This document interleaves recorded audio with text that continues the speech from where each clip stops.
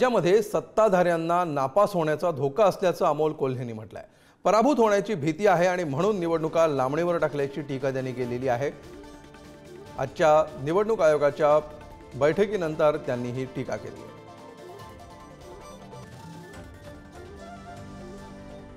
गेली 15 वर्ष महाराष्ट्र आणि हरियाणा या दोन राज्यांच्या निवडणुका सोबत होत होत्या।